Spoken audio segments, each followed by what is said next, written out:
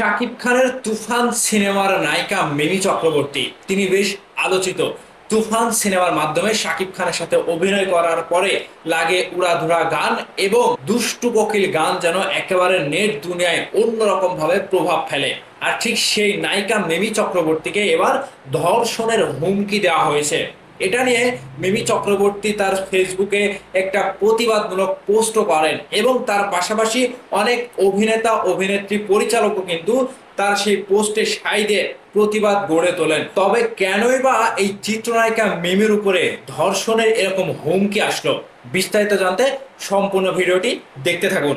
এখানে ভারতের একটি বড় গণমাধ্যম এবিপি আনন্দ, এটা একটা টিভি চ্যানেলও রয়েছে এদের, এখান থেকে যে নিউজটি করা হয়েছে, কদর্য ভাষায় এবার আক্রমণ মিমিকে, ধর্ষণের হুমকির পোস্ট শেয়ার করে তীক্ষ্ণ প্রশ্ন এই অভিনেত্রী মিমি চক্রবর্তীর। এখানে যেটা বিস্তারিত বলা হয়েছে, আরজি করের ঘটনার বিরুদ্ধে মুখ খুলেছেন একাধিক অভিনেতা অভিনেত্রী। প্রতিবাদের কণ্ঠস্বর শোনা গিয়েছে অভিনেত্রী মিমি চক্রবর্তীরও।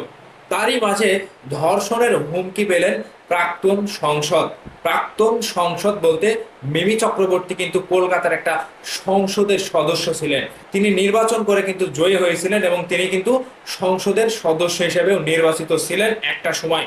এখানে বিস্তারিত যেটা বলা হয়েছে, গোটা রাজনীতি, দেশ এমনকি বিদেশেও তোলপাড় একটাই ইস্যুতে, আরজি কর হাসপাতালে মহিলা চিকিৎসককে ধর্ষণ ও খুনের ঘটনায় চারিদিকে প্রতিবাদের ঝড়। আরজি কর নিউজ, সকলের মুখে একটাই দাবি, বিচার চাই, উই ওয়েট জাস্টিস। মহিলারা তাদের নিরাপত্তা নিয়ে দাবি তুলছেন একাধিক রাতে, এমনকি দিনের বেলাতেও মহিলারা কতটা নিরাপদ, তাদের নিরাপত্তার দায়িত্ব নেবে কে, হাজারো প্রশ্নে উত্তাল দেশবাসী। তখন সোশ্যাল মিডিয়ায় প্রকাশ্যে ধর্ষণের হুমকি পেলেন অভিনেত্রী ও যাদবপুরের প্রাক্তন সংসদ সদস্য মিমি চক্রবর্তী। নিজের সোশ্যাল মিডিয়া স্টোরিতে স্ক্রিনশট প্রকাশ করে ক্ষোভ হতাশা প্রকাশ করেন অভিনেত্রী। আরজি করের ঘটনার বিরুদ্ধে মুখ খুলেছেন একাধিক অভিনেতা অভিনেত্রী, সঙ্গীত শিল্পী, চিত্রশিল্পী, নাট্যকর্মীরাও পথেও নেমেছেন তারা।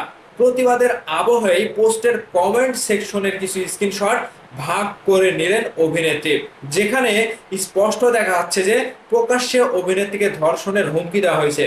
সেই কমেন্টের স্ক্রিনশট ভাগ করে অভিনেত্রীর প্রশ্ন, এবং আমরা কিসের জন্য লড়াই করছি, এমনই দুটি পোস্টের স্ক্রিনশট শেয়ার করে অভিনেত্রী নিজের এক্স হ্যান্ডেলে লিখেন, এবং আমরা মহিলাদের অধিকারের জন্য বিচারের দাবি করছি। এগুলো কমেন্টের স্ক্রিনশট মাত্র কয়েকটা, যেখানে ধর্ষকের হুমকিকে স্বাভাবিক করা রাখা হয়েছে সেই সব বিষাক্ত পুরুষদের দ্বারা, যারা ভিড়ের মধ্যে মুখোশ পরে বলেছে যে তারা মহিলাদের পাশে দাঁড়িয়েছে। কোন ধরনের শিক্ষায় এগুলো সম্ভব? মিমির পোস্টের ও কমেন্টের পোস্টের কিছু স্ক্রিনশট নিচে দেওয়া হলো, কিন্তু সেই কমেন্টের এতই নিকৃষ্ট ভাষা যে সেগুলো না ঢেকে শেয়ার করা গেল না। মানে মিমিকে এতভাবে কমেন্ট করেছে এবং এতভাবেই সেখানে মানে গালিগালাজ করা হয়েছে, সেই কমেন্টগুলা কোনোভাবেই দেখানো সম্ভব না। এই পোস্টের সঙ্গে কলকাতা পুলিশের সাইবার ক্রাইমের অফিসিয়ালি এক্স হ্যান্ডেলকে ট্যাগ করেছেন অভিনেত্রী। এই পোস্ট শেয়ার করে মিমির পাশে দাঁড়িয়েছেন পরিচালক সৃজিত মুখোপাধ্যায়। তিনি লেখেন, তারকাদের ঘৃণা করুন কিন্তু ভেবে চিনতে, জেলে ইন্টারনেট নাও পেতে পারেন। তবে মিমির এই পোস্টে রীতিমতো উদ্বেগ প্রকাশ করেছেন নেটিজনেরা। তো এখানে মিমি চক্রবর্তী মূলত সেই আরজে কর হাসপাতালের যে চিকিৎসককে ধর্ষণ এবং যে খুন করা হয়েছিল সেটা নিয়ে কিন্তু ভারতে একটা উত্তাল পরিবেশ তৈরি হয়েছে বর্তমানে। সেখানে অভিনেতা অভিনেত্রীদের সাথে মিমি চক্রবর্তীও প্রতিবাদ করেন এবং সেই প্রতিবাদের পরেই মিমি চক্রবর্তীকে ধর্ষণের হুমকি দেন, এমনকি বিভিন্ন রকম গালিগালাজ কিন্তু সেখানে করে। তো সেই জায়গা থেকে মিমি চক্রবর্তী কতটা মানে নিরাপত্তাহীনতায় ভুগছেন, কিংবা সেখানকার যে উত্তাল অবস্থা তৈরি হয়েছে সেই ঘটনার জের ধরে কিন্তু বাংলাদেশের মতো সেখানে একটা অন্যরকম একটা পরিবেশ মানে তাদের দাবি ছিল যে আরজে কর হাসপাতালে যে মহিলা চিকিৎসক তাকে ধর্ষণ করা এবং এমনকি সেখানে যে ঘটনাগুলো ঘটেছে তার প্রতিবাদমূলক হিসাবে কিন্তু তারা প্রতিবাদে নেমেছিল, রাস্তায় নেমেছিল শিল্পীরা। তো এখান থেকে মিমি চক্রবর্তীকে এরকম ভাবে ধর্ষণে হুমকি এবং মিমি চক্রবর্তী এরকম ভাবে ধর্ষণে হুমকি শিকার হয়েছেন। তো ভাবদাস ঘটনা বাংলাদেশ এবং কলকাতা